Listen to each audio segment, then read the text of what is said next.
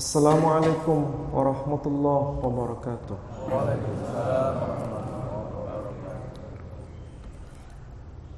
Alhamdulillahi rabbil alamin.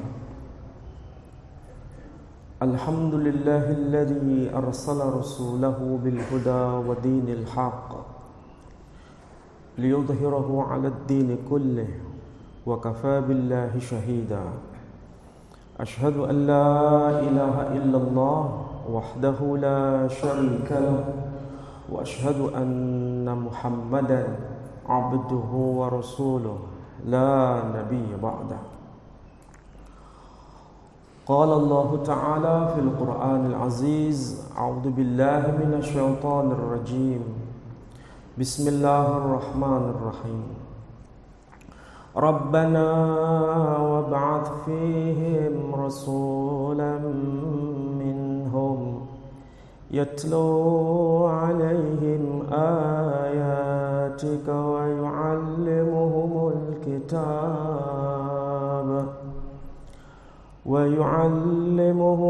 kitab wal hikmata wa yuzakkihim innaka antal azizul hakim. Al-ayah sadaqallahul azim. Bapak Ibu yang saya muliakan, alhamdulillah pada pagi ini kita bisa bersama-sama menunaikan salat subuh berjamaah dan sekaligus kita lanjutkan kajian kita mentadabbur ayat-ayat Allah. Mudah-mudahan kebersamaan kita semua mendapat maghfirah dan rahmah dari Allah Subhanahu wa taala. Saya tidak tahu kenapa tema yang akan saya sampaikan ini nyambung dengan bacaan surah yang dibaca oleh imam kita tadi. Kalau imam kita tadi bicara mengutip ayat yang berbunyi huwallazi arsala rasulahu bil huda wa dinil haqq liyudhhirahu 'alad dini kullih wa kafaa billahi shahida. Sedangkan tema yang akan saya bahas saya kutip dari surah Al-Baqarah ayat 129, Rabbana wab'ath fihim rasulan minhum yatlu 'alaihim ayatika wa yu'allimuhumul kitaba wal hikmata wa yuzakkihim innaka antal azizul hakim. Kira-kira nyambung enggak apa yang akan kita bahas dengan bacaan imam tadi? Nyambung. Ini mungkin barangkali karena terpautnya hati. Bisa jadi ya, karena terpautnya hati. Saudara-saudara sekalian, sampean kok sepertinya tegang sekali. Nah, kita lihat pada surah Al-Baqarah, surah yang kedua. Ayat 129 itu merupakan ucapan doa dari Abul Anbiya. Kalau disebut Abul Anbiya, dialah Ibrahim alaihissalam. Di ayat 129 beliau berdoa munajat kepada Allah demikian dan diabadikan dalam Al-Quran. Rabbana, wahai Tuhan kami.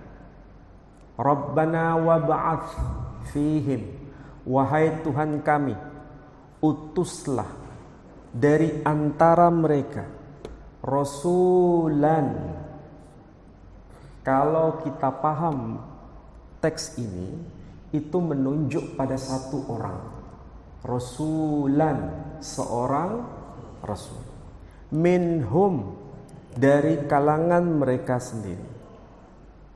Yatlu alaihim, yang akan membacakan kepada mereka ayatika, ayat-ayatmu, wa yu'allimuhumul kitaba, dan dia sang rasul itu akan mengajarkan kepada mereka al-kitab, wal hikmah, dan juga al-hikmah.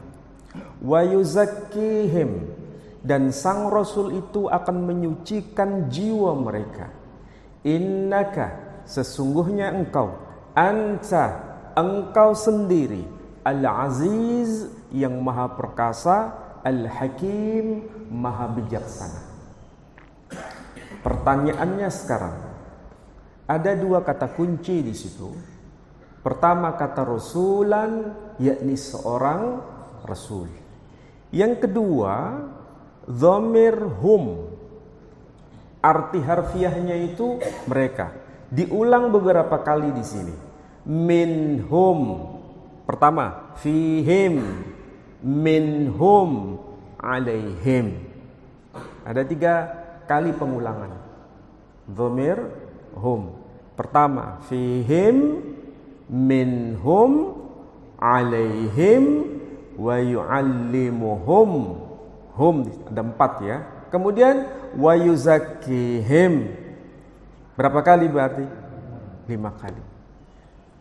Sesuatu yang diulang berulang-ulang itu harus menjadi perhatian. Dan Allah memang punya tujuan. Siapakah hum yang dimaksud di sini? Arti harfiahnya mereka. Berarti ini satu orang atau banyak orang? Banyak orang. Ini tentu saja terkait dengan ayat 128. Ayat 128 itu juga ada doa Ibrahim. Doanya jelas disebutkan, Rabbana waj'alna. Wahai Tuhan kami, jadikan kami berdua muslimaini, 2 orang yang benar-benar muslim, laka, yang layak di hadapan-Mu. Wa min dzurriyyatina, dan juga bagi keturunan kami. Siapa yang dimaksud kami di sini? 2 orang tadi. Siapakah 2 orang tadi? Ayat sebelumnya, ayat 127. Apa itu? Wa idh yarfa'u Ibrahimul qawa'ida minal baiti wa Ismail. Rabbana taqabbal minna innaka antas samiul alim. 2 orang. Ini gaya bahasa Quran itu menarik ya. Ketika menyebutkan kata wab'ats fihim minhum alaihim wa yu'allimuhumul kitab wa yuzakkihim, dhamir hum di sini menunjuk pada ayat sebelumnya, yakni kepada siapa? 2 orang yang dimaksud. 2 orang yang dimaksud. 2 orang yang dimaksud itu siapa? Dijelaskan di ayat sebelumnya, yakni Ibrahim dan Ismail. Ini gaya bahasa Quran, sistematika Quran. Nah, kita konsentrasi pada ayat 128. Wa min dzurriyyatina, dan juga bagi keturunan kami. Kami di sini merujuk pada 2 orang yang berdoa tadi. Dari keturunan kami sebagai apa? Ummatan muslimatan lak. Ummah, menjadi satu ummah. Kalau ummah itu banyak atau sedikit? Banyak. Dari keturunan 2 orang ini, yakni Ibrahim dan Ismail, maksudnya keturunan Ibrahim melalui Ismail ini, ada satu ummah, menjadi satu ummah. Dan ummah di sini disapa dengan ungkapan hum, yakni mereka. Jadi kesimpulannya sederhana. Yang diminta oleh Ibrahim alaihissalam bermunajat kepada Tuhannya, beliau meminta datangnya seorang rasul di masa depan. Tidak tahu masa depan itu kapan. Yang penting di masa depan. Karena rasul ini ketika datang tidak sezaman dengan Ibrahim alaihissalam dan tidak sezaman dengan Ismail alaihissalam. Jauh sekali. Tapi dia sudah berpikir ke depan. menatap masa depan. Ini beda dengan kita. Kita ini punya cita-cita itu pendek. Seharusnya cita-cita itu pendek atau panjang? Panjang. Pandangannya jauh ke depan. Kita ini maunya instan. Tapi yang diteladankan oleh Ibrahim alaihissalam, cita-cita yang besar, harapan yang besar, masa depan yang jauh sekali dari zamannya. Meskipun dia harus jauh dengan zaman itu, dia sudah mempersiapkan dengan visi yang besar. Jadi manusia itu diupayakan punya visi. Kita semua itu harus punya visi. Visi itu sesuatu yang besar. Meskipun kita sudah berkalang tanah. Tahu maksudnya berkalang tanah? Sudah dipendam di dalam perut bumi, tetapi kita pasti bisa melihat itu meskipun dengan cara yang berbeda. Kita diajarkan melalui ajaran Islam ini. Kita hidup sekarang, Nabi melihat enggak? Nabi tahu enggak? Nabi tahu enggak? Tahu. Beliau berbahagia dengan kita sekarang.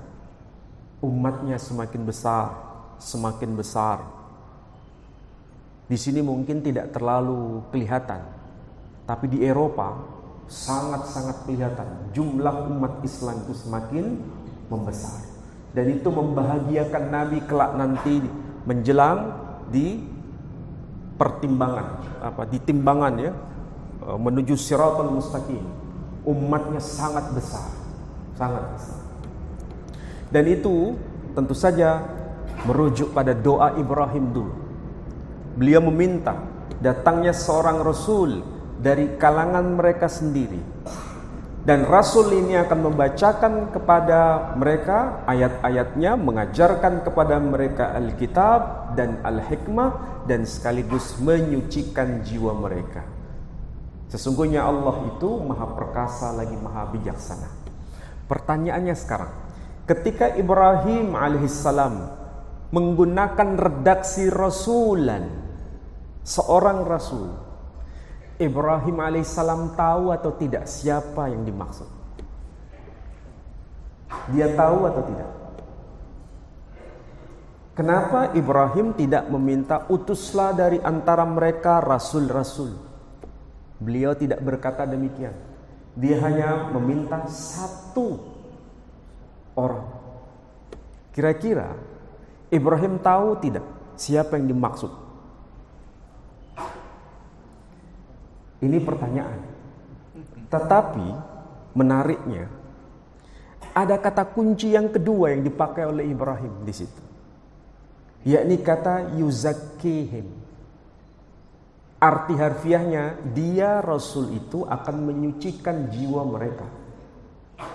Ungkapan dia akan menyucikan jiwa mereka atau yuzakkihim itu di dalam Al-Quran terulang sebanyak 4 kali, termasuk di ayat ini.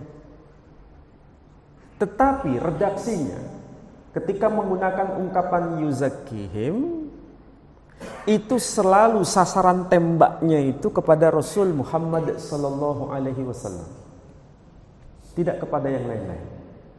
Dan kalau kita membaca kitab-kitab tafsir yang tertua, misalnya tafsir Muqatil ibn Sulaiman, beliau wafat tahun 150 Hijri, menjelaskan bahwa Rasulan yang dimaksud adalah Muhammad sallallahu alaihi wasallam. Kalau kita membaca tafsir yang lain, tafsir At-Tabari, tafsir Ibnu Katsir, tafsir Ad-Durrul Manthur fi Tafsir bil Ma'thur, tulisan Al-Imam Jalaluddin As-Suyuti, atau kita kenal di Indonesia yang ringkas disebut tafsir Jalalain. Pernah baca tafsir Jalalain? Oh belum. Sampean hanya ngaji kerungan masalahnya. Nggak pernah ngaji kitab.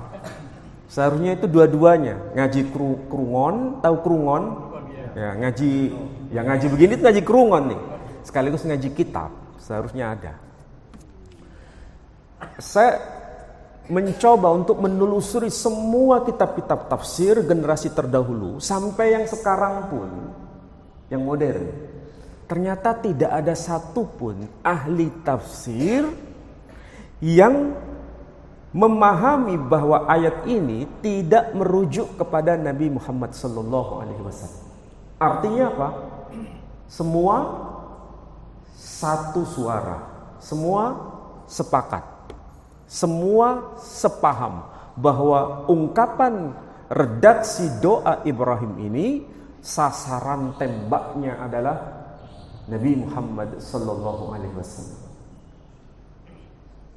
Saya bisa berkata begini, tolong tunjukkan kepada saya satu tafsir saja. Saya tidak meminta banyak, hanya satu tafsir saja dari generasi terdahulu sampai generasi kita yang sekarang yang memahami ayat ini bukan menunjuk kepada Nabi Muhammad SAW. Tolong tunjukkan satu tafsir saja. Sampai kiamat terjadi nggak akan ada. Artinya apa?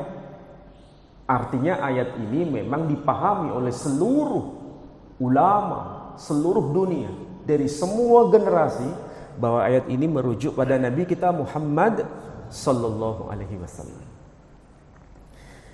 Kalau begitu, pemahaman Nabi Ibrahim alaihissalam dengan pemahaman para ulama itu satu suara atau beda? Satu suara. Satu suara. Tapi masalahnya, ini masalahnya. Kenapa Nabi Ibrahim alaihissalam tidak menyebutkan namanya langsung di ayat ini? Hanya dengan isyarat saja. Hanya dengan isyarat. Maksudnya isyarat itu apa? Hanya menggunakan ungkapan yuzakkihim, yang akan menyucikan jiwa mereka. Ini bahasa Nabi Ibrahim alaihissalam. Nabi Ibrahim itu Nabi yang visinya jauh ke depan. Bukan berarti dia tidak tahu, dia tahu. Tetapi dia menjaga bagaimana akhlaknya dia kepada Allah Subhanahu wa taala. Ini akhlaknya Ibrahim alaihissalam. Dan Al-Quran mencantumkan bagaimana akhlaknya Ibrahim. Inna Ibrahim la halimun awwahum munib. Sesungguhnya Ibrahim itu memiliki akhlak yang sangat penyantun. Inna Ibrahim la halimun. Halim. Pertanyaan yang berikutnya, Ismail yang diajak oleh Ibrahim ini memiliki karakter yang sama tidak dengan Nabi Ibrahim? Sama. Makanya di dalam doanya Ibrahim berkata, Rabbi habli minas shalihin. Kemudian Allah menjawab, fabasyarnahu bighulamin halim. Maka kami berikan kepada Ibrahim putra yang halim. Jadi Ibrahim alaihissalam pertama visinya jauh ke depan. Dan dia munajat kepada Tuhannya dengan berakhlak tanpa menyebut namanya. Ini salah satu contoh yang diajarkan di dalam Al-Quranul Karim.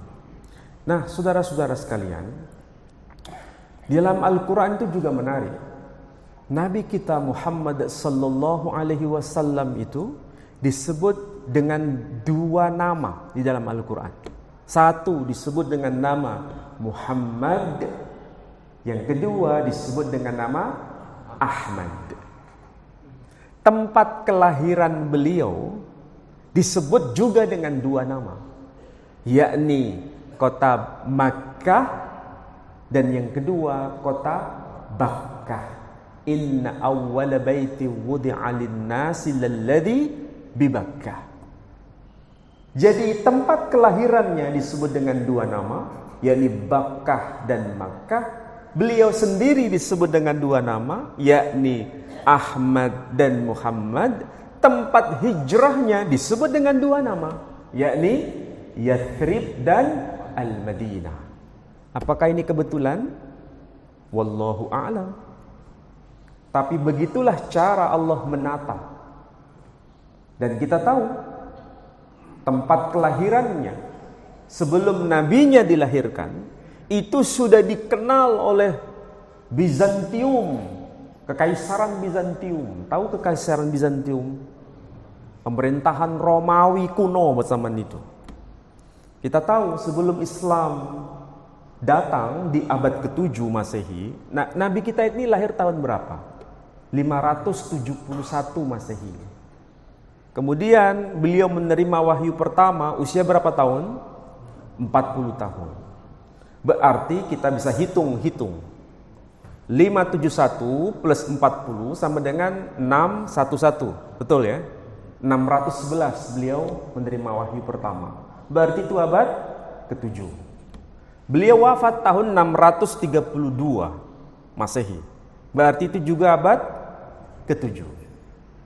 Sementara di dalam Al-Quran disebutkan nama tempat kelahiran beliau, yakni Bakkah atau Makkah. Tetapi kota ini sudah tertulis jauh sebelum Nabi dilahirkan. Sudah ada petanya. Dan peta ini yang membuat bukan orang Arab, apalagi yang membuat orang Jawa. Peta ini yang membuat adalah sejarawan atau ahli geografi dari Kekaisaran Bizantium. Siapakah namanya? Claudius Ptolemaeus. Kalau yang pernah belajar dulu waktu di SMA, pernah belajar geografi, ada yang disebut Ptolemaeus, peta Ptolemaeus atau Ptolemy. Bukunya disebut Geografia. Di situ disebutkan peta. Dan peta itu persis seperti peta zaman sekarang. Tapi namanya disebut Makoraba. Makoraba. Bukan Makkah, tapi Makoraba. Letaknya di selatan dari kota Yathriba. Yathriba itu kalau diarabkan sama dengan Yathrib. Sedangkan agak ke selatan disebut kota Makoraba. Dua kota ini tercantum di tulisan Ptolemeus. Kapan beliau lahir? Tahun 100. Kapan beliau meninggal? Tahun 170. Berarti ini abad keberapa? Abad kedua Masehi. Kalau Islam datang abad ke-7 Masehi, Ptolemy meninggal abad kedua Masehi, jaraknya berapa abad? 500 tahun. Tetapi tempat kelahiran Nabi sudah disebutkan di situ. Tempat hijrahnya Nabi sudah disebutkan di situ.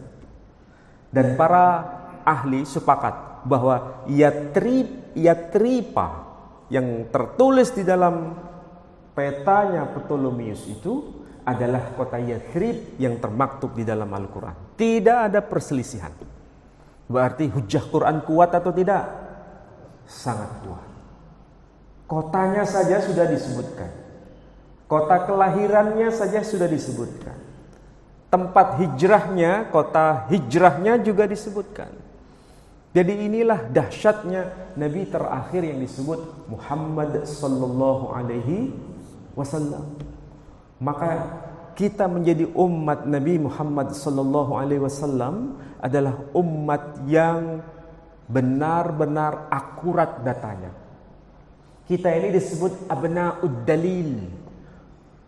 Putra-putra yang basisnya itu merujuk pada dalil.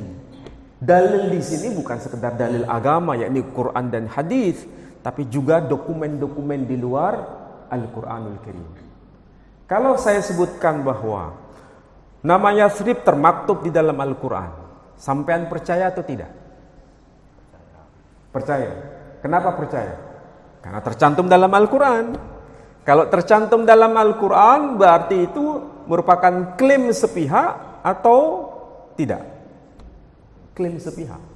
Tapi agama kita tidak mengajarkan sekedar klaim sepihak. Kalau klaim sepihak itu ibaratnya hanya sekedar keyakinan saja.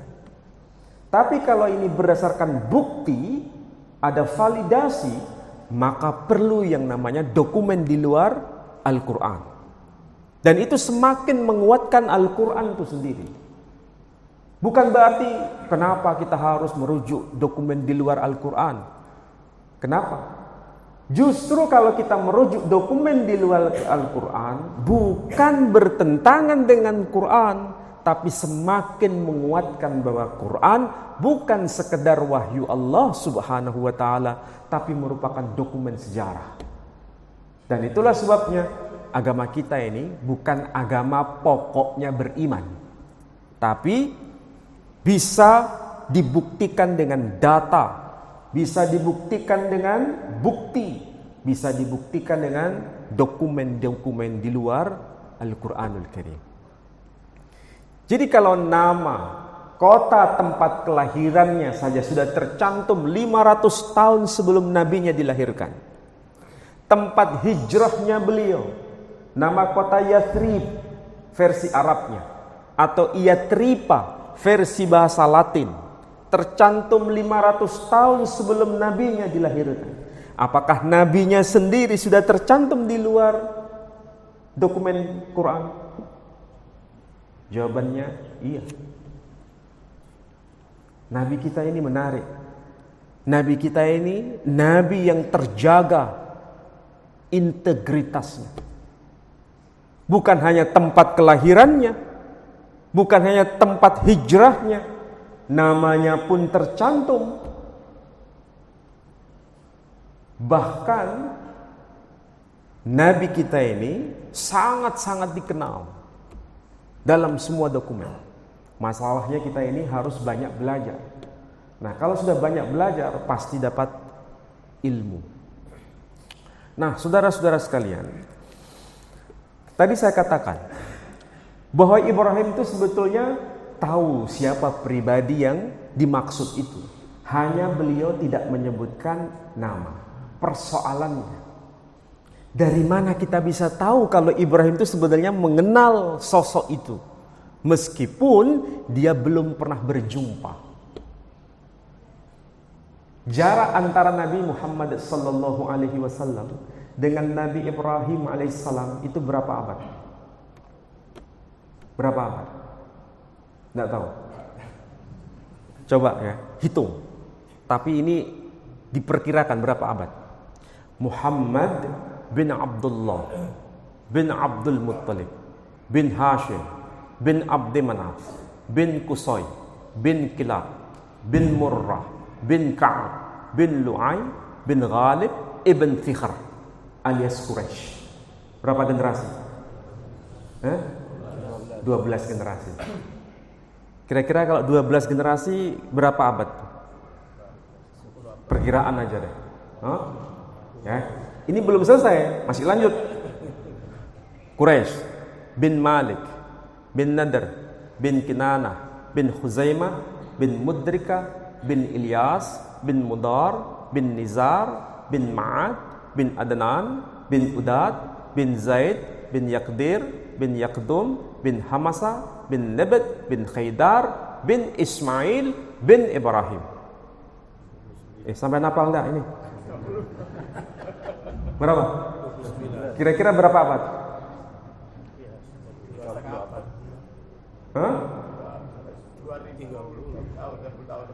Bandingkan dengan zaman Nabi Muhammad sallallahu alaihi wasallam dengan zaman kita. Ya, kita ini sekarang abad keberapa? Abad keberapa sih? 21. Nabi abad ke-7. Berapa abad tuh? Jaraknya lebih lama mana antara Nabi Muhammad sallallahu alaihi wasallam dengan Ibrahim alaihissalam dengan jaraknya Nabi Muhammad sallallahu alaihi wasallam dengan zaman kita? Lebih lama mana? Lebih lama antara zamannya Nabi Muhammad sallallahu alaihi wasallam dengan Nabi Ibrahim, lebih lama. Tetapi coba perhatikan bedanya. Nabi Ibrahim visinya ke depan, sangat mengenal siapa beliau. Kita mengenal enggak siapa yang dimaksud? Kita mengenal enggak sosok Muhammad sallallahu alaihi wasallam? Mengenalnya seperti apa? Apakah mengenal yang seperti Ibrahim alaihissalam ini?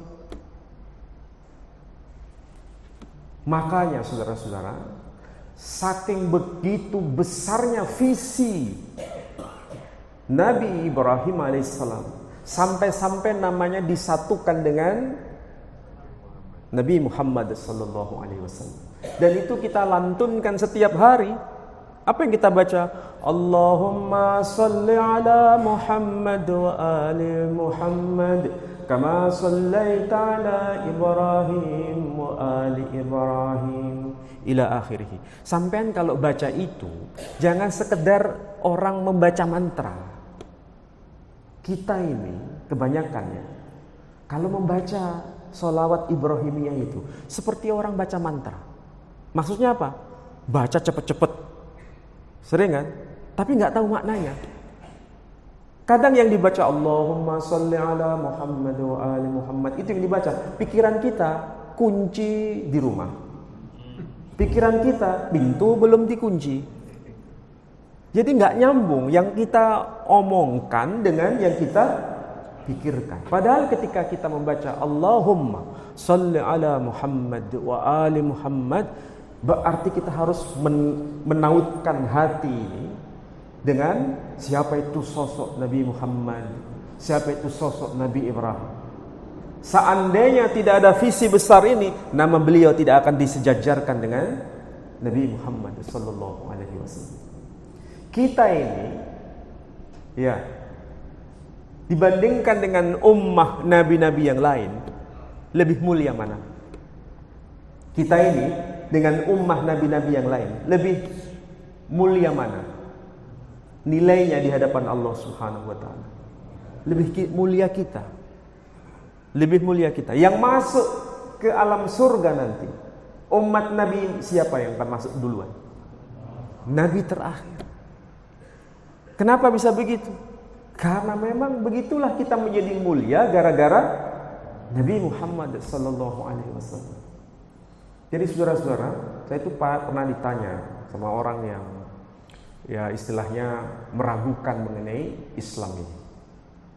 Dengan bahasa pertanyaan begini, apakah sudah dijamin bahwa ketika menjadi muslim itu sudah pasti masuk surga? Apakah sudah pasti menjadi muslim itu pasti masuk surga? Kira-kira jawaban kita apa? Rata-rata jawaban kita insya Allah.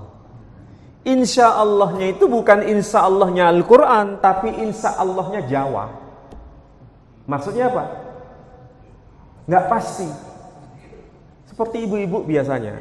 Ini bukan menuduh ya. Ibu-ibu kalau ke pasar, Mbak, nanti mampir ke rumah saya ya. Jawabannya apa? Insya Allahnya itu mampir atau enggak? Enggak. Iya kan? Hanya lamis-lamis lambe. Tahu maksudnya? Itu enggak benar begitu itu. Kita menggunakan kalimat insya Allah, menyebut nama Allah, itu berarti kita harus punya keinginan kuat. Jangan sampai nama Allah itu dinodai dengan ucapan-ucapan yang tidak sharih, ucapan-ucapan yang tidak pasti, ucapan-ucapan yang melecehkan. Kalau kita maksudnya adalah insya Allah dalam arti tidak akan datang, berarti mencederai nama Allah tidak? Mencederai. Jadi insya Allahnya Al-Quran itu 99,9%. Setelah itu takdirnya Allah baru 100%. Jadi saudara-saudara, kembali pada pertanyaan tadi. Kalau kita ini ditanya, apakah kita menjadi muslim ini sudah pasti masuk surga? Pasti. Kalau tidak pasti, kenapa kita menjadi muslim? Nggak perlu. Karena nggak ada jaminan. Justru karena ada jaminan, itulah kita memilih Islam ini. Jaminan itulah yang membuat kita ini bahagia. Kalau misalnya di antara kita bertanya, Ustaz, bukankah kita ini ada yang juga masuk neraka? Iya. Masuk neraka itu untuk dicuci dosanya dulu. Baru setelah itu dimasukkan ke dalam surga. Ibaratnya begini, Allah Subhanahu wa taala, kalau kita mau memahami sederhana begini. Ada tukang jahit, ya, membuat baju. Bajunya kotor. Kira-kira kalau baju kotor itu dibuang atau dicuci? Dicuci. Bukan dibuang, tapi dicuci, dibersihkan. Setelah itu dipakai lagi. Begitu juga Allah Subhanahu wa taala. Kita ini ciptaannya Allah. Kita ini diciptakan oleh Allah dengan caranya yang sangat luar biasa. Maka Allah tidak ingin ketika kita ini kotor dibuang, enggak, dicuci. Setelah dicuci baru dimasukkan ke alam surga. Cuma masalahnya begini, kita ini maunya masuk surga langsung atau mampir dulu? Ya. Jadi kita ini masuk surga itu sudah pasti digaransi oleh Allah, sudah pasti. Sudah pasti. Kalau surganya itu tingkat yang mana, itu tergantung dari amal soleh. Surga itu ibaratnya seperti hotel. Ada hotel bintang 5, ada hotel bintang 4, ada hotel bintang 7. Hotel itu ada macam-macam tingkatannya. Kita mau masuk hotel yang mana tergantung apa? Tergantung apa kalau di dunia ini? Hotel bintang 5, hotel bintang 4, tergantung apa? Duit yang kita punya, iya kan? Tapi kalau kita masuk surga tergantung dari apa? Amal yang kita punya. Orang yang beramal 100.000, orang yang beramal 1.000 itu beda. Tetapi bedanya itu bukan beda pada nilai. Ya, bukan pada nilai, tapi bedanya adalah kepunyaan yang kita punya itu mana yang besar yang kita berikan kepada Allah Subhanahu wa taala. Bagi orang yang kaya 100.000 itu kecil. Bagi orang yang miskin 1.000 itu besar. Jadi bukan pada bendanya, tapi pada nilai yang dia punya, yang lebih diberikan kepada Allah. Nah, itu yang dinilai oleh Allah Subhanahu wa taala. Makanya nggak perlu orang lain tahu. Nggak perlu kita istilahnya bermegah-megahan menunjukkan nilai itu, nggak perlu. Maka saudara-saudara, kalau kita sudah bisa memahami bahwa kita ini dijamin Allah dengan surga karena kita ini ummah Nabi Muhammad sallallahu alaihi wasallam, maka sebaiknya kita juga bermuamalah secara baik dan kita menyebarkan Islam kepada siapapun supaya mereka bisa mengenal Islam secara benar. Dan kita sudah usia berapa sekarang? Kita di sini sudah mantan anak muda semua. Mantan. Kalau sudah mantan anak muda, berarti siap-siap untuk mendekat di alam kematian. Dan itulah sebabnya kita semakin memperkokoh jiwa kita untuk meladani Rasul Muhammad sallallahu alaihi wasallam. Nah, yang terakhir, kita sudah paham bahwa Nabi kita Muhammad sallallahu alaihi wasallam adalah nabi yang penutup. Maka kita harus sempurna seperti sempurnanya Nabi Muhammad sallallahu alaihi wasallam, meskipun tidak bisa sempurna 100%. Tapi dia sebagai uswah dan kita meneladani semua yang Rasul ajarkan kepada kita. Apapun itu. Dan jangan merasa paling nyunnah, ya. Jangan merasa paling nyunnah. Tapi kita harus mengamalkan sunnah. Tapi kalau sudah merasa paling nyunnah, berarti itu mengikuti Nabi Muhammad sallallahu alaihi wasallam atau mengikuti iblis? Nah, iblis.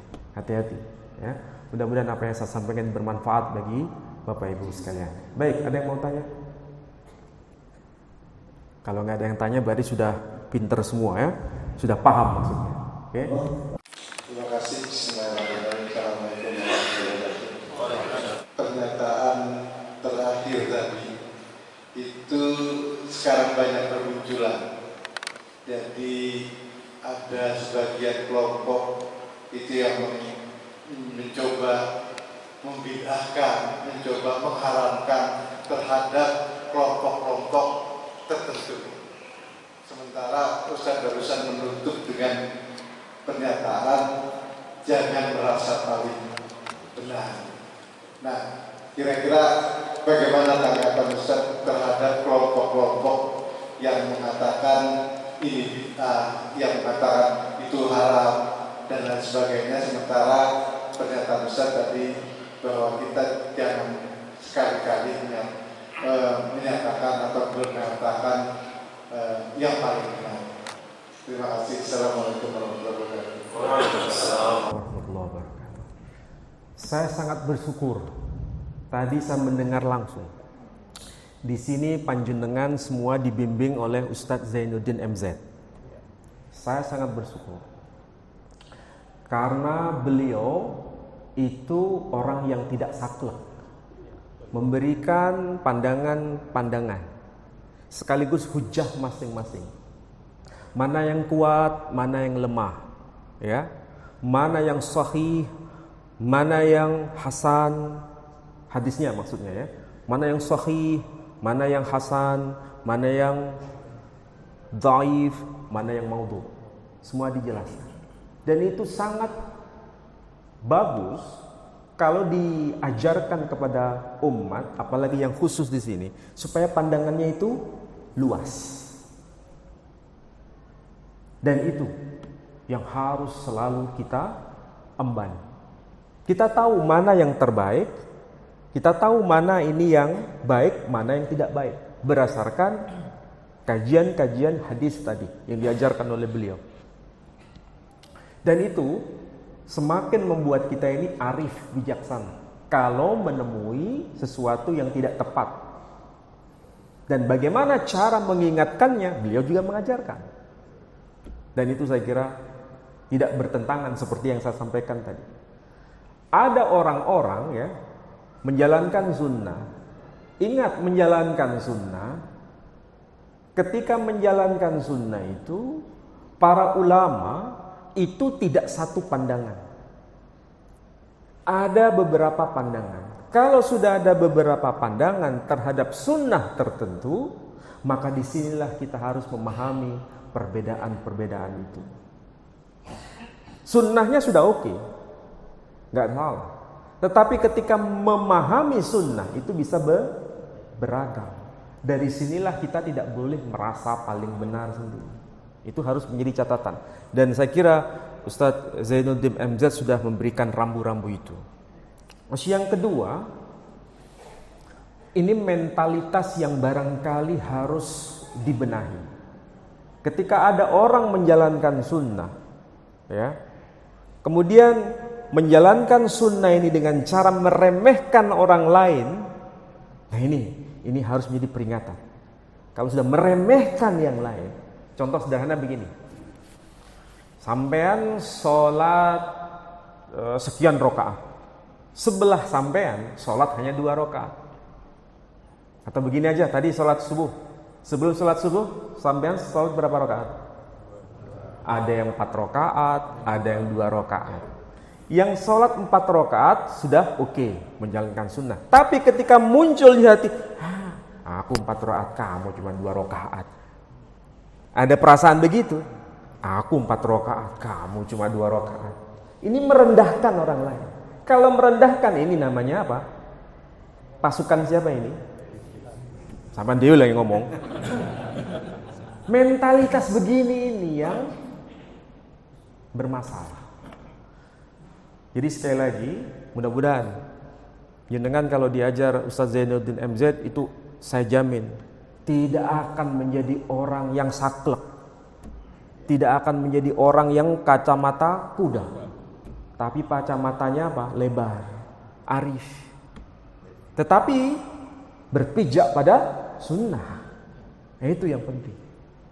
Tapi tidak merasa paling nyunnah. Jadi 2 hal ini berbeda.